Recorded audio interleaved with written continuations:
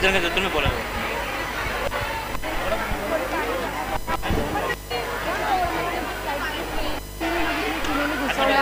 Arrange करून दिलाय.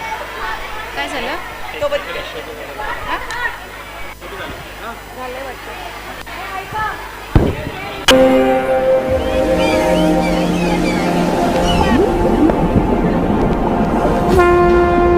धस जाए ये धरती या चटक जाए आकाश, न्याय के हाथों होकर रहेगा न्याय का सब.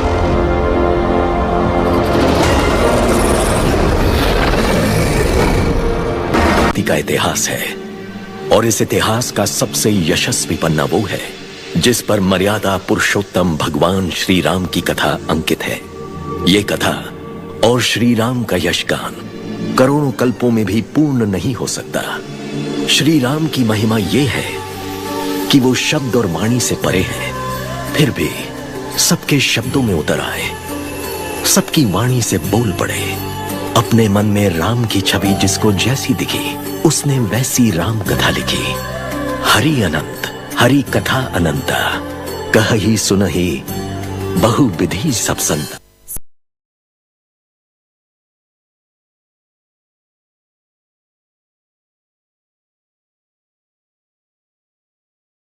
यज्ञ का वर्णन वाल्मीकि रामायण के बालकांड में मिलता है. अयोध्या के राजा दशरथ ने संतान प्राप्ति के लिए किया था. राजा दशरथ जो इक्ष्वाकु वंश के धर्मी शासक थे, इस बात से दुखी थे कि उनकी 3 रानियों कौसल्या, सुमित्रा और कैकेयी से उन्हें कोई संतान नहीं थी. अपनी इस चिंता को दूर करने के लिए वे अपने गुरु ऋषि वशिष्ठ से सलाह लेते हैं. वशिष्ठ उन्हें पुत्र कामेष्टि यज्ञ करने की सलाह देते हैं, जो संतान प्राप्ति के लिए एक विशेष वैदिक अनुष्ठान है. वशिष्ठ की सलाह पर दशरथ ऋषि ऋष्यशृंग को आमंत्रित करते हैं.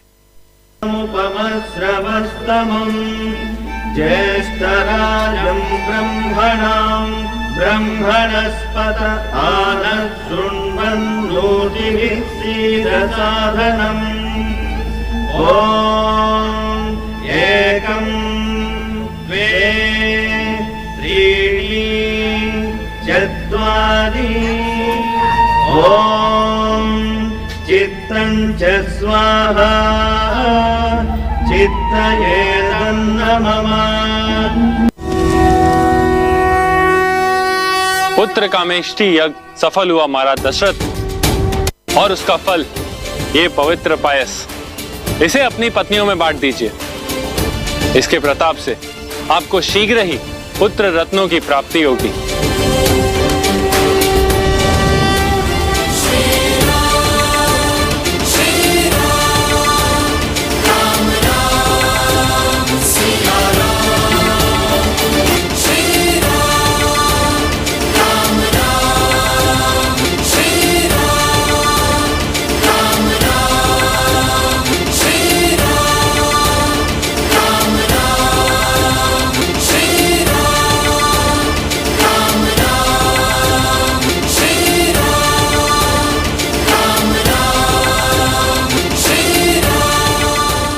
अयोध्या के राजमहल के सबसे भव्य और पवित्र सूतिका गृह में महारानी कौशल्या ने एक पुत्र को जन्म दिया. किंतु यह कोई साधारण जन्म नहीं था. यह स्वयं सच्चिदानंद घन, अखिल ब्रह्मांड नायक, परम ब्रह्म परमात्मा का दीनदयाल भक्त वत्सल रूप में प्राकट्य था. जन्म लेते ही वह शिशु करोड़ों सूर्यों के समान तेजस्वी, किंतु अरबों चंद्रमाओं से भी अधिक शीतल, सौम्य और मनोहारी प्रतीत हो रहा था.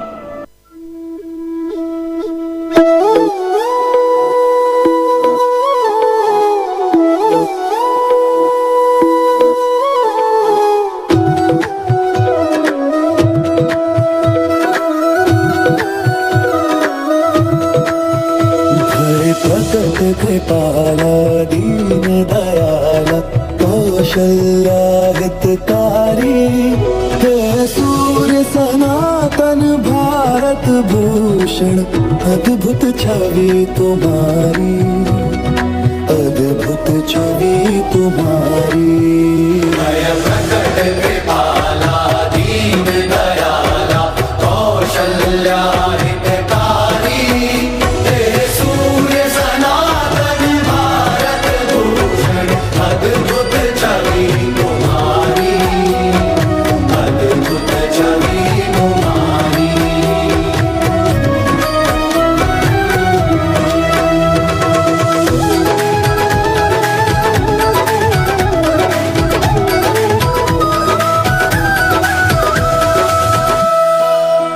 जुग जुग है जागे नैन भागे दर्शन आस लगाए। जुग जुग है जागे नैन भागे दर्शन आस लगाए।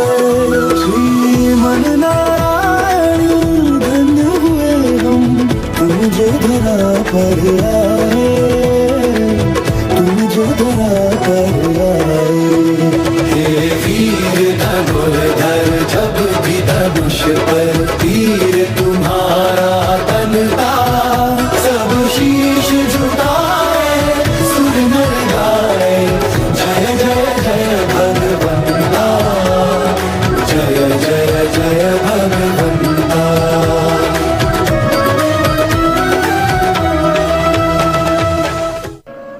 समय अपनी गति से बीतता गया और चारों राजकुमार राम, लक्ष्मण, भरत और शत्रुघ्न अब शैशवावस्था से बाल्यावस्था पार कर किशोरावस्था में प्रवेश कर चुके थे। उनका शरीर सुगठित, तेजस्वी और अत्यंत आकर्षक हो गया था। उनके मुख पर बाल सुलभ चपलता के स्थान पर अब गंभीरता और ज्ञान की आभा झलकने लगी थी। महाराज दशरथ और गुरु वशिष्ठ ने उनके विद्यारंभ संस्कार का उचित समय जानकर उसे भी भव्यतापूर्वक संपन्न कराया। अब राजकुमारों की औपचारिक और गहन शिक्षा दीक्षा का समय था।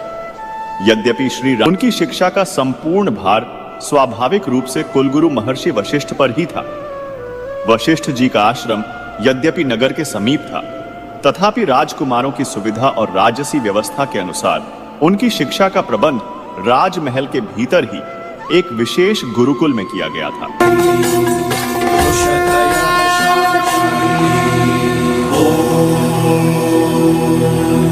शांति शांति शांति।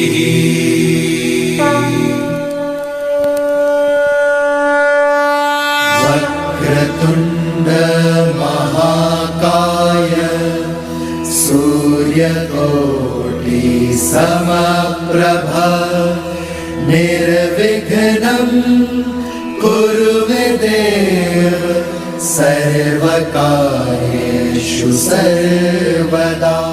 श्री गणपते नमः। श्री गणपते नमः। क्या कोई शिष्य मुझे बता सकता है हर शुभ कार्य के प्रारंभ में गणेश वंदना क्यों की जाती है? क्योंकि गणेश प्रथम पूज्य है। परंतु वो विद्यापति भी तो हैं। क्योंकि गणेश जी को माता पार्वती से अष्ट सिद्धि और नव निधि मिली है। उत्तर अच्छा है पुत्र, परंतु पूर्ण नहीं है। राम, तुम्हें क्या लगता है? गुरुदेव, श्री गणेश केवल देवता नहीं है, उनका रूप अपने आप में ही एक पाठ है। कैसे विद्या अर्जित की जाए और सहेजी जाए। उनके बड़े बड़े कान प्रतीक है कि गुरु की कही छोटी से छोटी बात भी ध्यान से कान लगाकर सुननी चाहिए। इनकी लंबी नाक जिज्ञासा और उत्सुकता को दिखलाती है और इनके शुक्र नेत्र छोटी से छोटी वस्तु को सूक्ष्मता से देखने की सीख देती है। जब हम किसी वस्तु को ध्यान से देखते हैं तो हमारी आंखें भी सिकुड़ जाती है ना? हाँ भैया। और इनका बड़ा सिर बुद्धि और ज्ञान के भंडार को दर्शाता है और इनके सूंड के नीचे छुपा मुख यह सिखाता है कि एक शिष्य को बोलने से अधिक ग्रहण करने पर बल देना चाहिए। जिसके अंग अंग में विद्या पाने की सीख हो वो विद्यापति तो होंगे ही ना। अद्भुत अद्भुत राम, इतना सुंदर वर्णन गणेश जी का कोई कर ही नहीं सकता।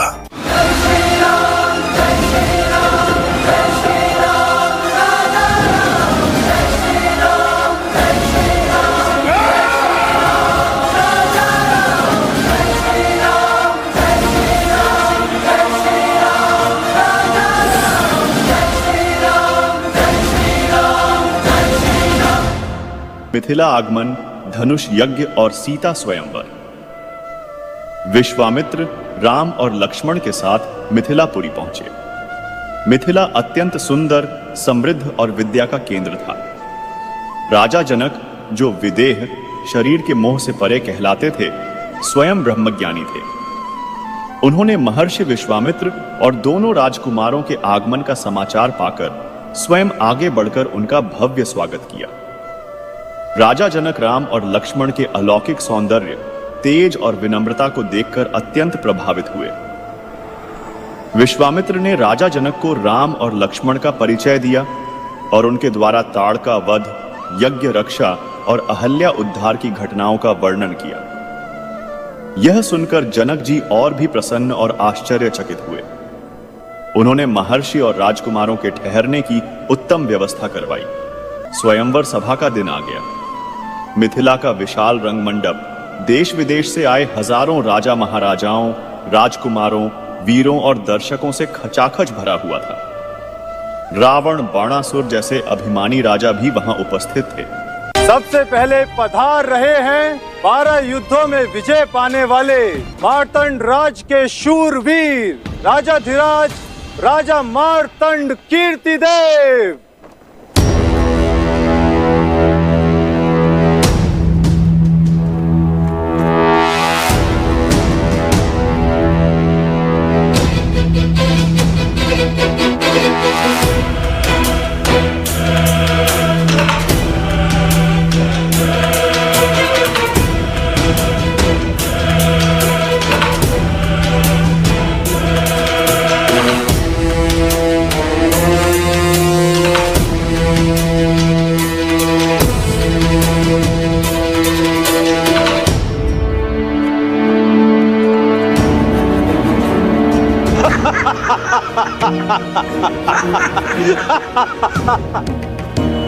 अब पधार रहे हैं मद्र राक्षस का वध करने वाले, अकेले 3 सहस्त्र योद्धाओं को पराजित करने वाले, महेंद्रपुरी नगर जीतने वाले, नागा नगरी के वीर राजकुमार वीरभद्र।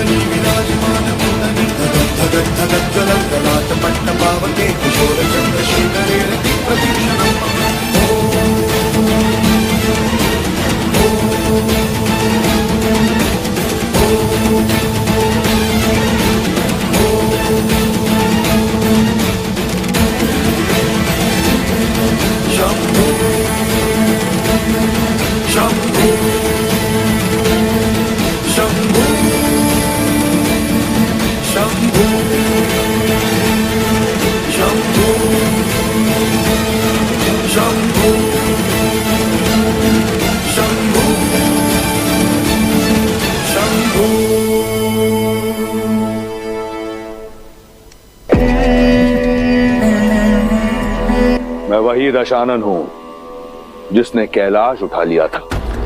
इस धनुष को मैं अपने बाएं हाथ की एक उंगली से उठाऊंगा।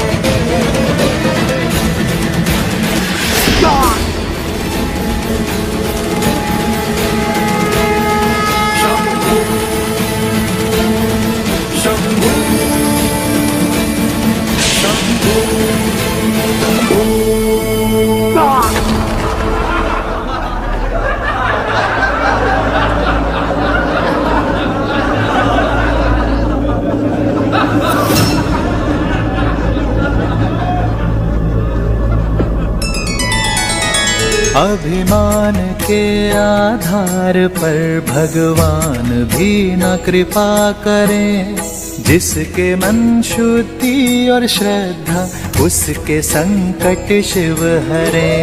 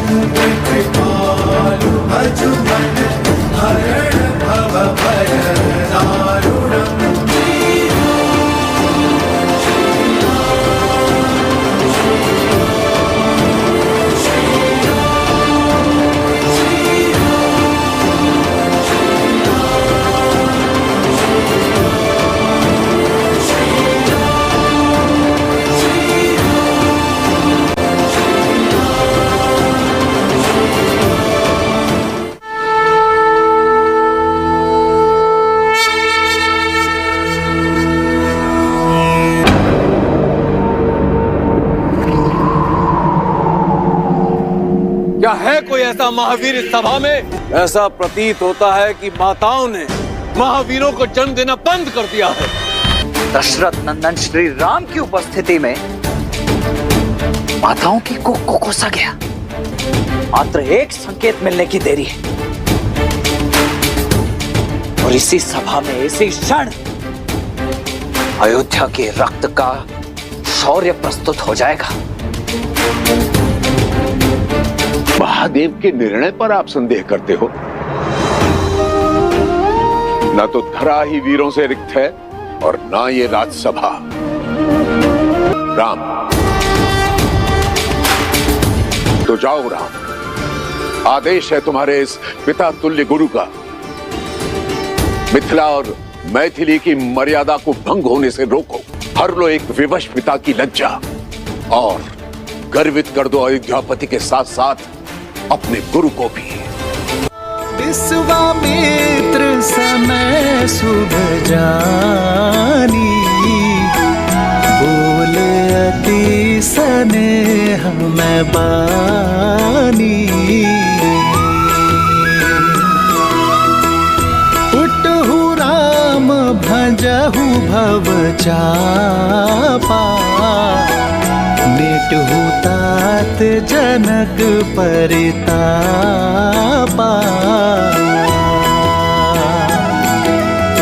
सुने गुरु बचन चरण सिरुनावा,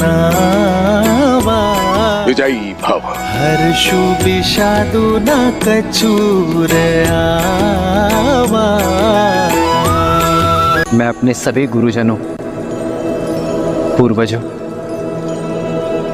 पिता श्री दशरथ और माताओं को नमन करता हूं मैं अपने इष्ट महादेव को, और अनुमति के साथ आशीर्वाद की प्रार्थना करता हूं।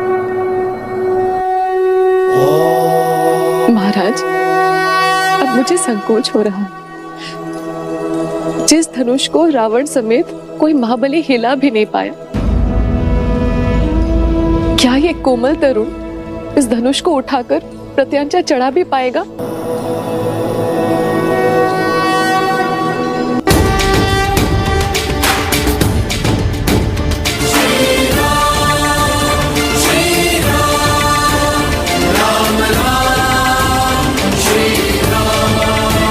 ये महाधनुष बाहुबल से नहीं,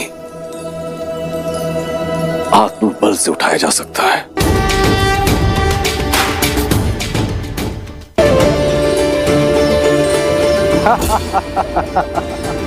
अब महाबलियों के बीच बालक भी प्रतियोगिता में भाग लेने लग गए। अरे हो गई अयोध्या का राजकुमार, दशरथ का पुत्र, पर परिवार से परिचय सिद्ध होता है, पराक्रम नहीं। अरे इसकी कलाइयां तो देखो कितनी कोमल है, कहीं मुड़ ना जाए। और कैसे मान ले इसने ताड़का का वध किया होगा। अरे ये सब भ्रम है। ऋषियों के अतिरिक्त किसने देखा इसे ताड़का का वध करते हुए?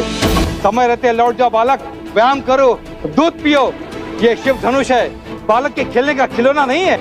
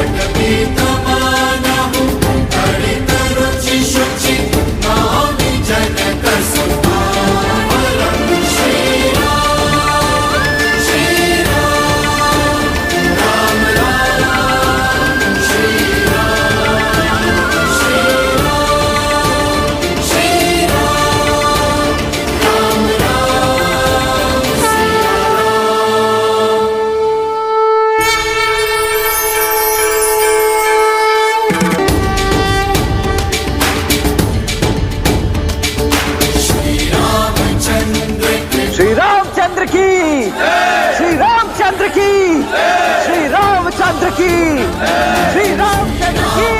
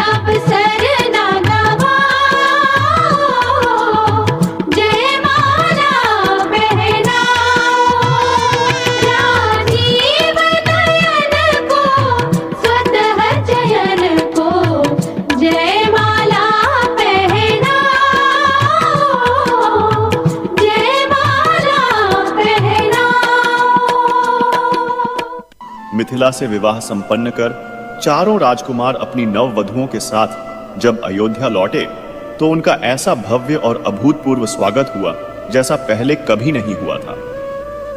पूरी अयोध्या नगरी मानो आनंद और उत्सव के महासागर में डूब गई थी।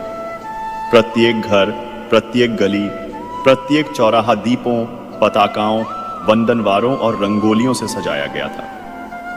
द्वार द्वार पर मंगल कलश रखे थे और केले के खंभे लगाए गए थे।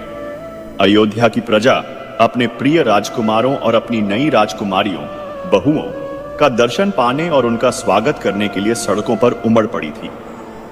शंखध्वनि, वेद पाठ, मंगल गीतों और वाद्यों की ध्वनि से आकाश गूंज रहा था।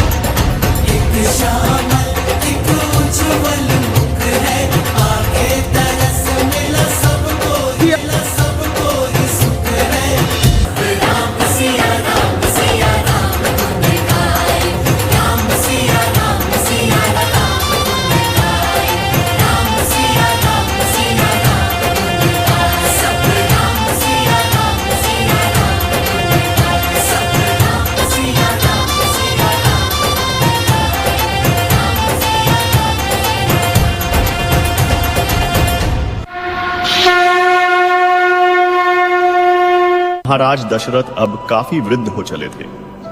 उन्होंने वर्षों तक न्यायपूर्वक शासन किया था और अब वे राजकाज के भार से मुक्त होकर वानप्रस्थ आश्रम में प्रवेश कर भगवत भजन करना चाहते थे। उन्होंने देखा कि उनके ज्येष्ठ पुत्र राम न केवल आयु में सबसे बड़े हैं, बल्कि गुण, शील, ज्ञान, पराक्रम और लोकप्रियता में भी सर्वश्रेष्ठ हैं और प्रजा भी उन्हें ही अपने भावी राजा के रूप में देखना चाहती है।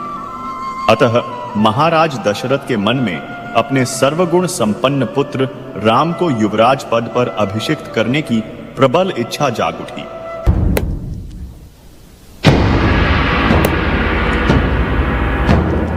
कोयल बड़ी भोली दिखती है और कौवा बड़ा धूर्त, पर होता उल्टा है। कोयल कव्वी का अंडा नीचे गिराकर अपना अंडा कौवे के घोंसले में डाल जाती है और भोली कव्वी उसे अपना समझ लेती है, किंतु जब अंडे से बच्चे निकलते हैं तो कैकई किसी और की संतान से प्रेम करना बुरा नहीं है, किंतु उसके लिए अपनी संतान से मुंह मोड़ना शुभ फल नहीं देता। कैकई, जब अपना ही बीज फलने के स्थान पर मुरझा जाए तो कष्ट होता है ना? मेरी बात मानो कैकई, अपने पुत्र के भविष्य को बिगाड़ कर महान बनने से श्रेष्ठ है स्वार्थी बनकर उसका हित साधो माँ यदि स्वार्थी ना बने तो ये संसार माँ को क्यों पूजेगा? जैसा तुम चाहती थी वैसा ही तो बनकर आया है तुम्हारा पुत्र, राम की छाया। किंतु कभी सोचा कि जब सूर्य सामने हो तो छाया को कोई नहीं देखता। बस मंत्रा, बस। सुमंत्र, पौल की पूजा के लिए मुहूर्त निकलवाओ, अनुष्ठान के लिए सभागिरी को सज्ज करो और राम के नाम पर दान पुण्य के लिए भंडार गृह खोल दो। जी महाराज।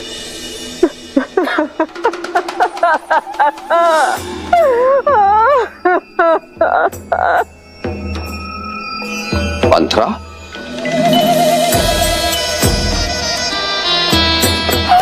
महाराज, कुछ तो अशुभ हुआ है। कैसे मेरी बच्ची ठीक नहीं है। इस शुभ अवसर पर? किंतु ऐसा हुआ क्या है? बहुत पूछा किंतु कुछ नहीं बताया, बस अश्रु बहाती रही और सुबक रही है। इतना ही कहा कि मैं जाके आपको बता दूं। महाराज, मैंने भी उसे यही कहा था कि आपसे जाके मिले, किंतु वो कोप भवन में चली गई। कोप भवन?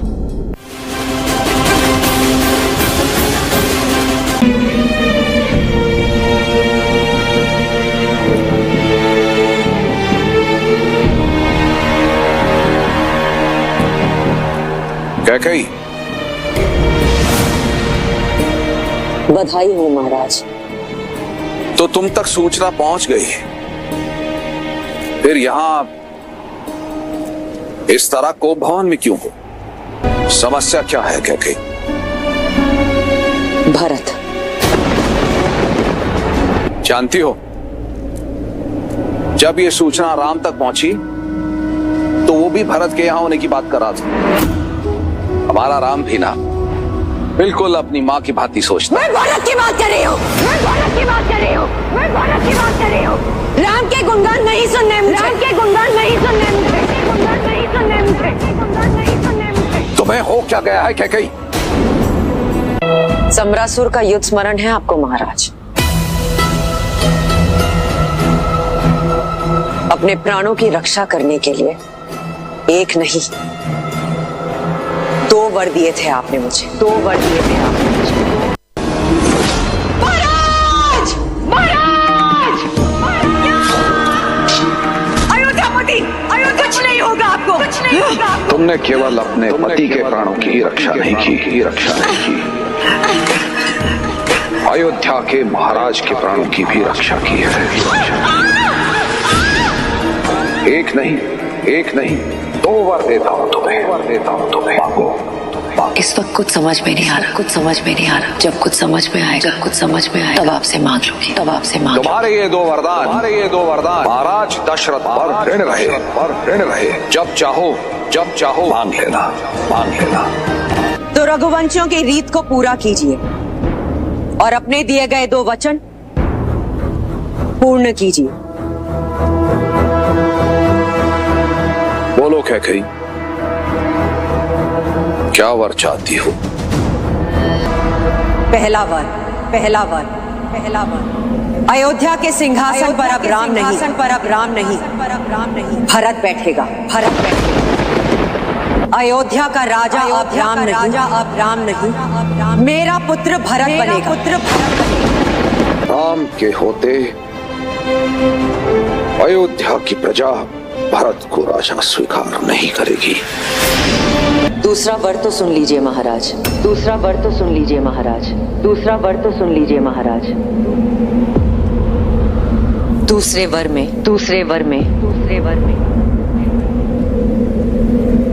वनवास, वनवास।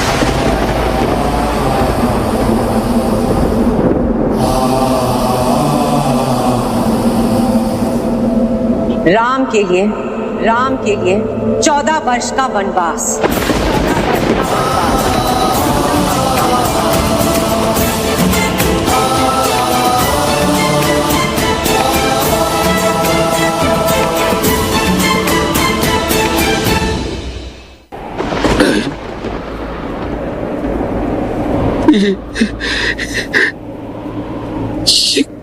क्या कह दिया तुम कैकई? कैकई, मेरे प्राण ले लो कैकई, किंतु मेरे राम पर दया करो। एक माँ के नाम को कलंकित मत करो कैकई। ये माँ अपना मन बना चुकी है। अब देखना ये है कि एक पिता अपने पुत्र प्रेम में अपने दिए गए वचनों का तिरस्कार करता है या अपने प्राण देकर भी अपने वचनों की पूर्ति करता है। नहीं, अच्छा ठीक है, मैं भरत को राजा बना दूंगा। राज सिंहासन भरत को मिलेगा। पूरी प्रजा भरत को राजा मानेगी। राम उसका सेवक बन के रहेगा। किंतु मुझे मेरे राम से दूर मत करो। उसे ऐसा दंड मत दो कैकई। उसे यही रहने दो कैकई। उसे यही रहने दो। मेरे पुत्र का भविष्य बनाने का मार्ग यही है कि राम वन के मार्ग को चला जाए।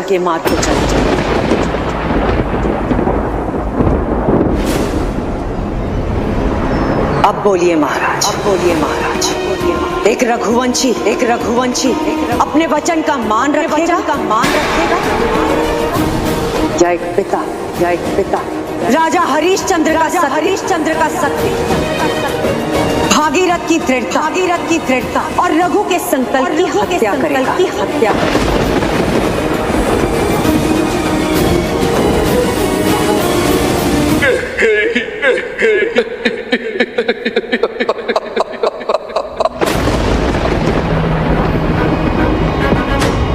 तुमने दो अंधों के जीवन का सहारा छीना है।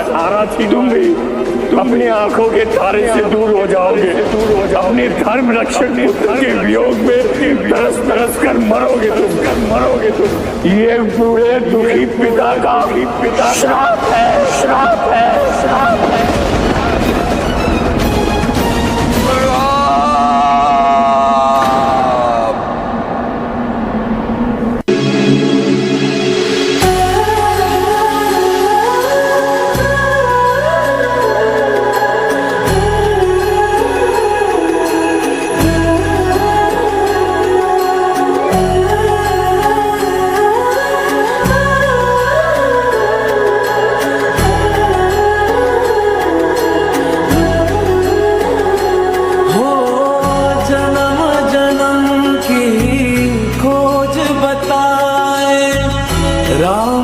चल के राम पे आए, प्रेम कोई हमें और न जाने। राम से रूठे राम से माने, राम सिया की करुण कहानी। एक है चंदन एक है पानी। राम सिया राम जय जय राम। राम सिया राम जय जय राम। राम सिया राम जय जय राम। राम सिया राम जय जय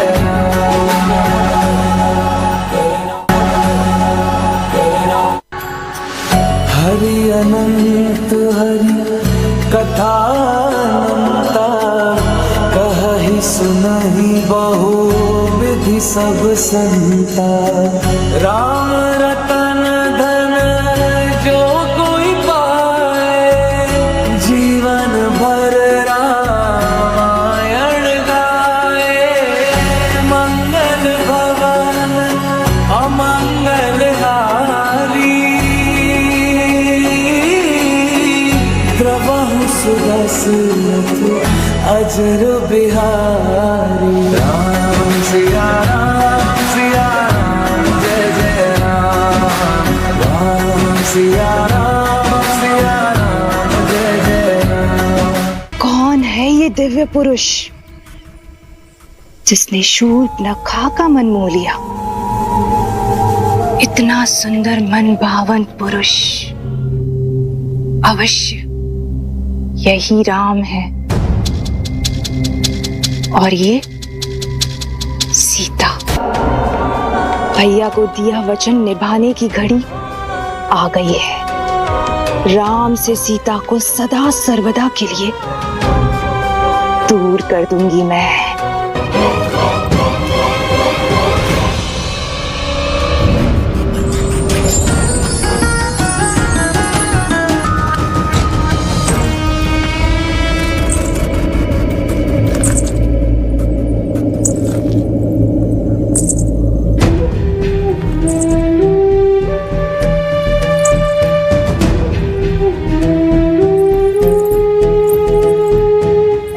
लेकिन न जाने कितनी कथाएं सुनी है मैंने राम। तुम्हारा ये यौवन, तुम्हारे मुख पर ये सूर्य सा तेज, और तुम्हारी ये बलिष्ठ भुजाएं, और ये निश्चल हंसी, किसी का भी मन मोह सकती है राम। उससे विवाह करके तुम साधारण नहीं रहोगे राम, क्योंकि मैं 10 लोकों के स्वामी लंकापति दशानन रावण की प्रिय बहन शूर्पणखा हूं, और मैं बनूंगी तुम्हारी महारानी। तुम्हारी सीता को मैं अपनी दासी का पद सौंप दूंगी। क्षमा करें देवी, मुझे राजपाट पद प्रतिष्ठा से कोई मोह नहीं है। भैया जल ले आया।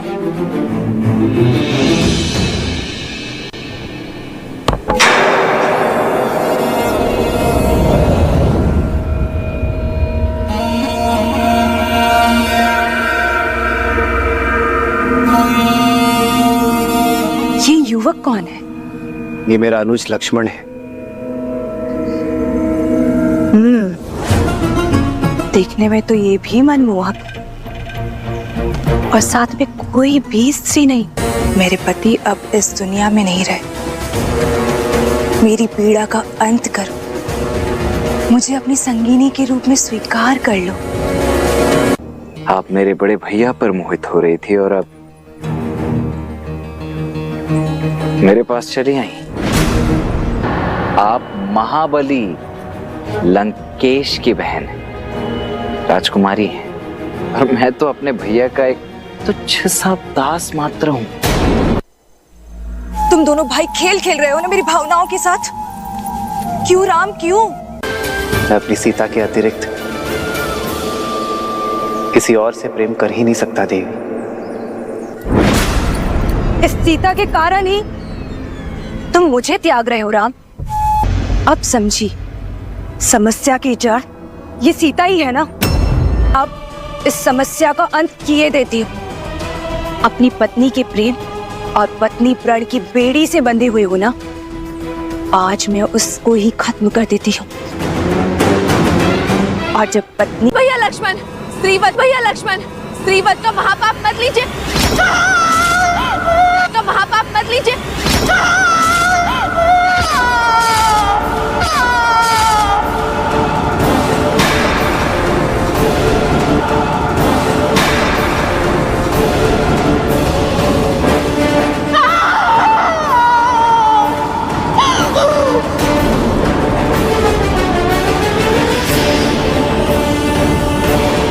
जिस रूप और सौंदर्य के अहंकार में चूर होकर इतने बड़े पाप का दुस्साहस करने जा रही थी, वही अब तुम्हारे जीवन भर का अभिशाप बनेगा।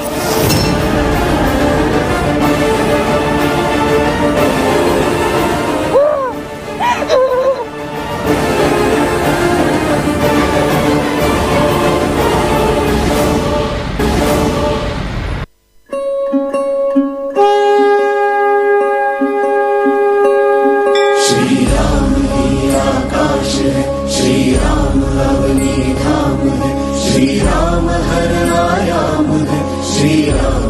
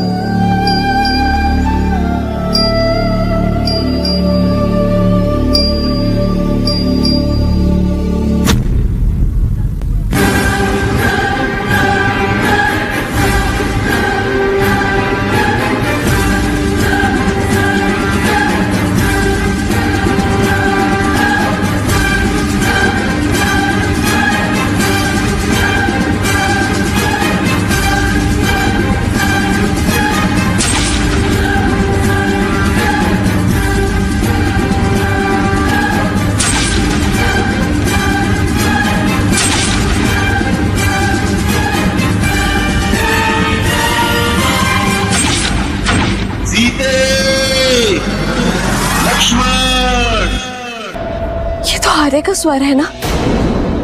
लक्ष्मण भैया, आर्य आपको पुकार रहे हैं। वो अवश्य किसी संकट में है। नहीं भाभी माँ, इस संसार में ऐसा कोई संकट अब तक जन्मा ही नहीं है जिसका तारण करने के लिए भैया को किसी की सहायता की आवश्यकता पड़े। सीते, सीते सहायता करो, सहायता करो।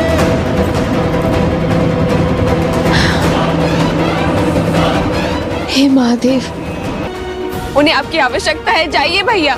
भाभी माँ, भैया ने मुझे यहाँ आपके साथ रहने की आज्ञा दी है। मैं कैसे? तुम्हारी भाभी उनके पास जाकर उनकी सहायता करने का आदेश दे रही है। तो भाभी माँ, मेरा यहाँ रहकर आपकी सुरक्षा करना ही मेरा परम धर्म और कर्तव्य है।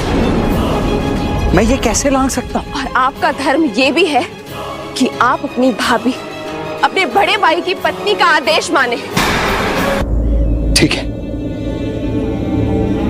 आज जीवन में पहली बार अपने भैया की आज्ञा का उल्लंघन करेगा ये लक्ष्मण,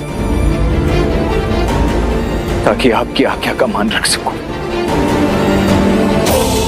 अग्नि सत्यधारिणुञ्च शिवम् वरस्वाणी च भगवस्वरूपणः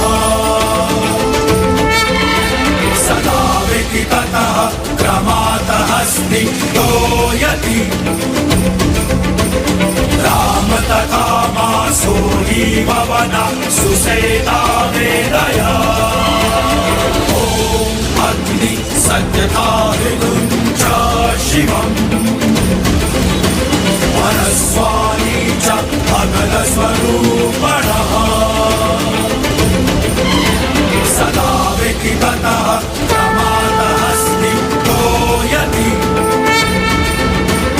राम तथा मासो हि भवना सुसेता वेदया।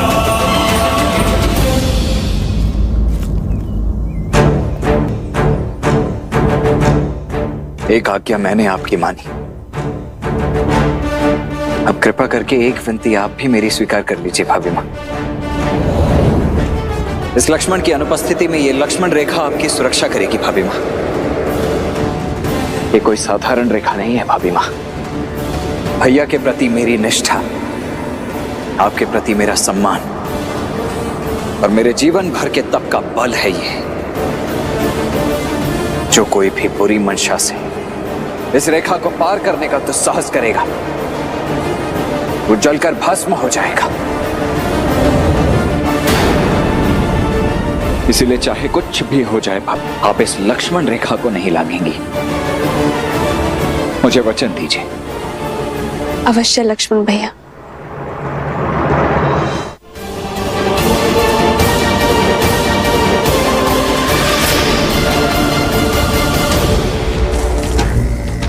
यस्य देवस्य तन्नर्वाः पिशाचमटकपुरतः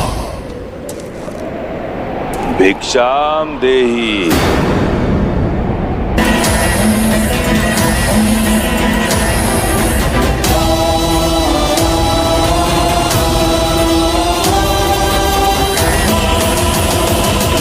प्रणाम ऋषिवर, आप आदेश करिए, क्या सेवा कर सकती हूँ मैं आपकी?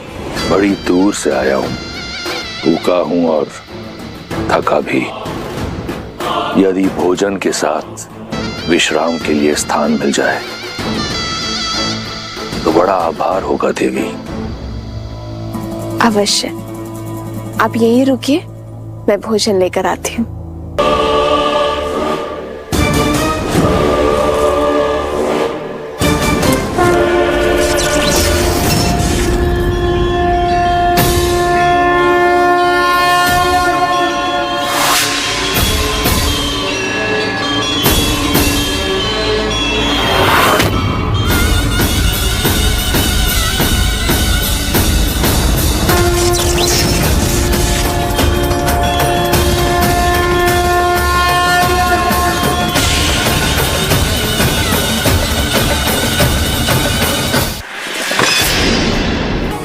ये लीजिए ऋषिवर, ग्रहण कीजिए।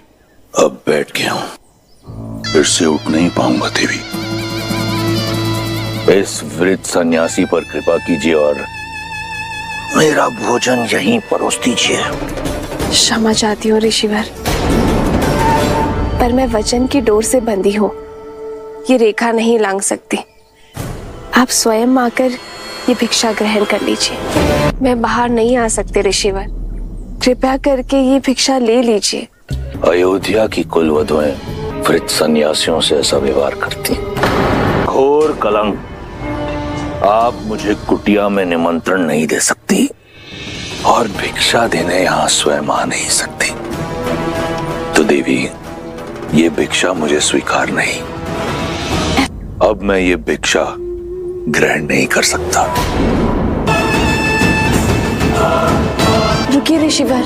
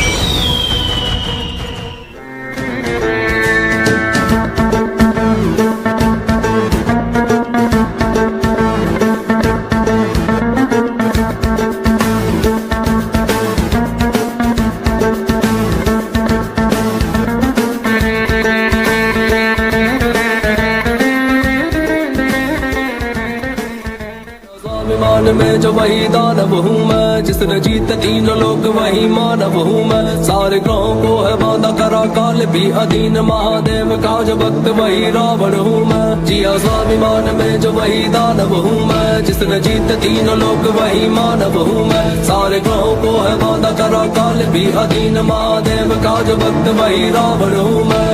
रावण हूँ मैं, वही रावण हूँ मैं। रावण हूँ मैं, वही रावण हूँ मैं। रावण हूँ, रावण हूँ, रावण रावण रावण रावण रावण रावण रावण हूँ मैं।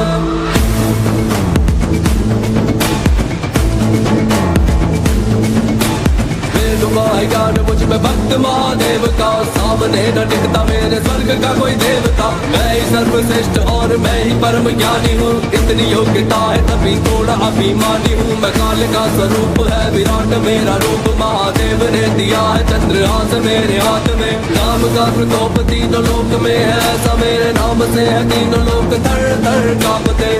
कह किसी का जो भी सीखा कुछ से सीखा है पसंद मुझे जो विश्व में वो सारा मैंने जीता। नानी नाना के समक्ष मेरा बाल्यकाल बीता, जहाँ तंत्र मंत्र माया का प्रयोग मैंने सीखा। है ना दुखी कोई मेरे साम्राज्य में, उससे मैं लंका का राजा दशानन लंकेश में। पंचवटी में जब लक्ष्मण अपने भैया राम के पास पहुंचे और उन्हें सकुशल पाया तो वे समझ गए कि वह करुण पुकार मारीच की मायावी चाल थी। दोनों भाइयों के मन में सीता के प्रति अनिष्ट की आशंका उत्पन्न हुई। वे तुरंत तेजी से अपनी पर्णकुटी की ओर भागे। वहां पहुंचकर कुटिया को सूना पाया और सीता को कहीं न देखकर श्री राम का हृदय दुख, भय और आशंका से फट पड़ा। वे सुध-बुध खोकर पागलों की तरह विलाप करने लगे। हाँ सीते, हे प्रिय, तुम कहां चली गई? किसने तुम्हारा अपहरण कर लिया? हे लक्ष्मण, देखो सीता के बिना यह कुटिया और यह पंचवटी कैसी सूनी और भयानक लग रही है। वे वन में इधर उधर दौड़ते हुए पेड़ों, लताओं, पर्वतों, नदियों, पशु पक्षियों सभी से रो रो कर सीता का पता पूछने लगे। मन विरह वेदना से है भारी, पूछो किससे कहा प्राण प्यारी। पर्वतों पंछियों तरुलता, जानकी का पता कुछ बताओ। जान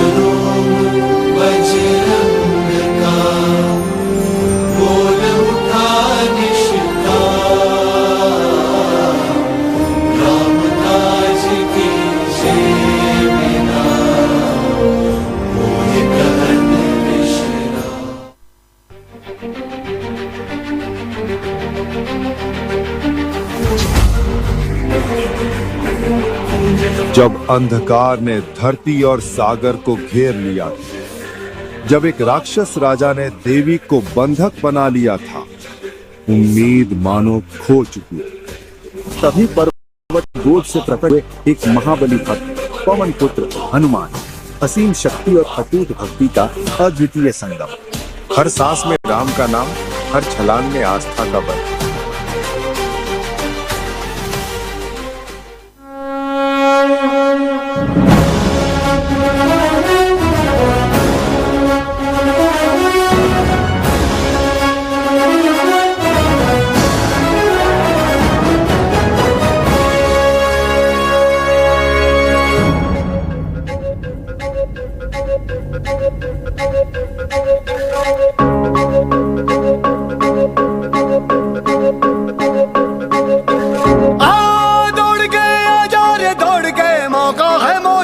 डम डम डम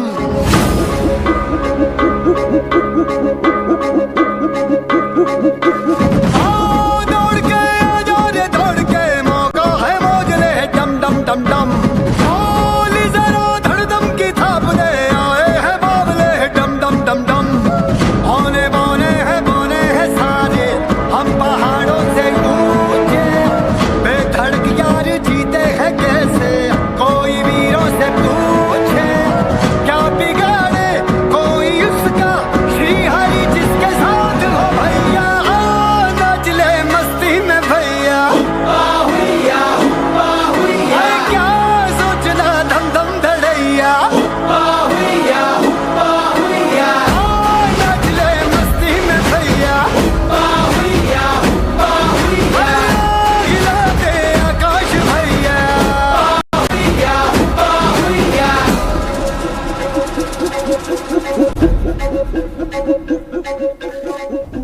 सीता माता रावण के बंदी गृह में बैठी थीं, दुखी उदास श्री राम का नाम जप रही थीं। उसी समय वृक्ष से उतरकर हनुमान जी ने उनके चरणों में सिर झुका दिया। माता को प्रणाम कर बोले, माता, मैं श्री राम का दूत हूं। प्रभु ने आपके लिए यह अंगूठी भेजी है। राम की मुद्रिका पाकर सीता जी की आंखों से अश्रु बह निकले। उन्होंने अंगूठी को हृदय से लगाया और बोली, हनुमान, प्रभु को मेरा संदेश देना, कहना कि सीता अब और देर सहन नहीं कर पाएगी। फिर उन्होंने अपने सिर की चूड़ामणि निकालकर हनुमान को दी। इसे श्री राम को देना, प्रमाण रहेगा कि मैं सीता ही हूं। हनुमान जी ने चूड़ामणि को लेकर प्रणाम किया और आश्वासन दिया, माता, शीघ्र ही प्रभु आकर आपका उद्धार करेंगे।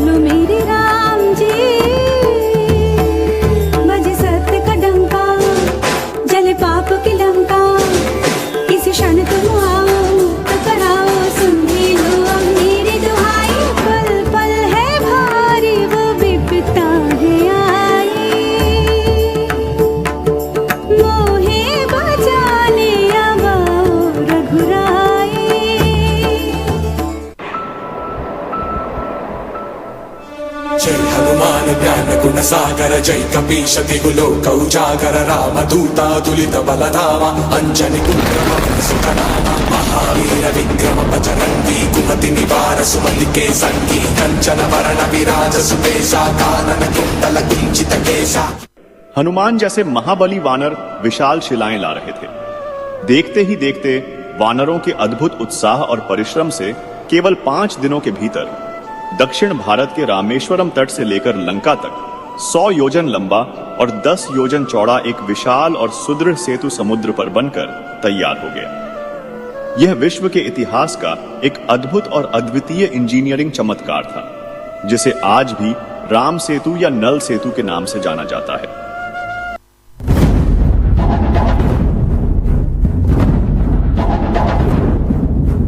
तेरे ही भरोसे हैं हम, तेरे ही सहारे, दुविधा की घड़ी में ये मन तुझको ही पुकारे। तेरे ही बल से है बल हमारा, तू ही करेगा मंगल हमारा।